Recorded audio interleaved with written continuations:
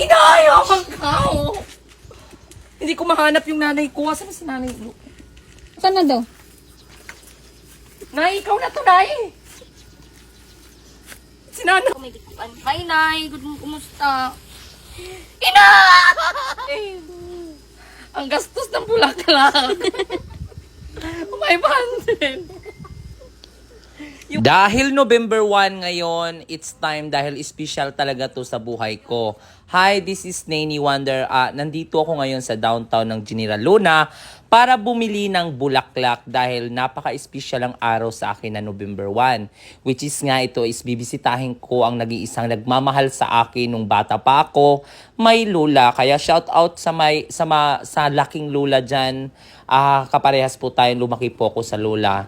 So nandito kami, dito lang kasi yung available na pwedeng bilhan dito sa downtown ng General Luna. Kaya dito na rin ako bumili ng bulaklak at the same time kasi dumaan ako kasi yung kapatid ko, meron siyang business na online, naghahatid ako ng mga, yung mga bikini na order sa kanya. So itong video na to is totoo po talaga, naiiyak po talaga ako kasi nga story time tayo, way back nung maliit pa kami.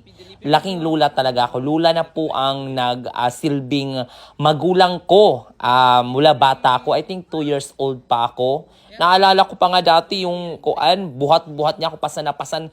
Kasi yung lula ko po talaga is wala rin siyang asawa. Puro kami, 5 kaming mga apo niya or magkakapatid. Nandun sa kanya nakatira. Siya yung at ako yung pinaka-paborito niya sa lahat talaga. Kaya nung nawalay talaga siya, namatay siya nung 14 years old pa ako. O hindi na, ako na lang po talaga nagsolo sa buhay. Naiiyak ako magkwento kasi nga, si Lola yung palagi kong karamay. Always. Kaya nga sabi ko, pag-iipunan ko talaga magkaroon, ay papagawa ko siya ng pantheon, yung simento na siya, tapos ipapatiles ko siya. Sabi ko, nag-iipon pa ako ng pera kasi nga medyo may kamahalan talaga ang gastos niya.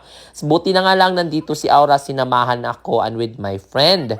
And the same time, yun, dito siya hindi siya sa General Luna nilibing, which is dun siya may part ng Dapaon yun siya. So, dinayo namin. November 1 ngayon, wala masyadong tao, tiniming ko na 12, kaya akala nyo nagpapatawa lang ako. At ang dami nagtatanong na, Nini, ipapansyon mo. May plano na po ako talaga po. Dati po kasi hindi po pa uso yung pansyon, yung ibig sabihin yung ipapagawang semento. Lupa lang po dati talaga kasi nga gawa nga po ng kahos sa buhay, kahirapan. Tapos po maalala ko po dati yung pag may nawala or namatay sa amin, ang ginagawa pong kabaong is yung plywood lang, yung ginagawang pinapanday or ginagawa ng mga magagaling na magtagapanday dito sa barangay.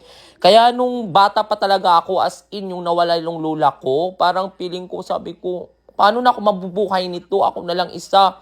Hindi kasi ako lumapit sa mga kamag-anak namin. I stand my own. Kaya siguro ganito talaga yung personalidad ko. Sabi ko, kahit anong pasaya ko, kala nyo, nagpapasaya ako, pero deep inside, malungkot talaga yung buhay ko. Pero I don't like to show here kasi nga, sino ba manunood sa vlog mo kung puro kalungkutan or hindi masayahin yung binibigay mo? Kasi sa buhay natin, ang kailangan talaga natin is enjoy. Ini-enjoy natin. Nung naalala ko pa nga yung nabubuhay pa yung lula namin, yung kinakain palagi talaga namin, it's root crops. Tapos yung lula ko is stone cutter siya. Tapos gumagawa siya ng pawid. Mahal na mahal talaga ako nung yung kami nalang dalawa kasi nga yung mga iba kong kapatid parang umalis na sa poder ng lola ko. Kami lang dalawa taga magkasama. Doon ko na-feel na mahal ako niya nung once na nagkasakit ako. Tapos alam niyang hindi niya ako talaga ma-providean ng pang-school kasi nga gawa ng kahirapan kami. One time yung kasi nga nagkukupra yung lula ko. Ito yung hindi ko makakalimutan na story. Pumunta kami sa isang store tapos nakakita ako ng sapatos. Pagkakita ko ng isang sapatos, sabi ko gustong gusto ko yung bilhin.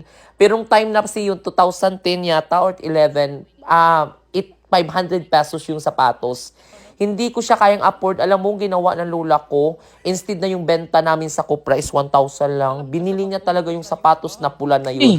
So yun yung pinaka-namis talaga sa lola kasi napakabait niyang tao. Minsan, hindi ko maintindihan siya kung may magalit siya kasi nga everyone, ganun talagang ugali. Pero ramdam ko na napakabait niyang lola. Ay, Diyos ko. Hindi ka sila nag-una Nag-Halloween. Ay, adyan mo. Inay! Inay! Inay! Inay, pasensya na po.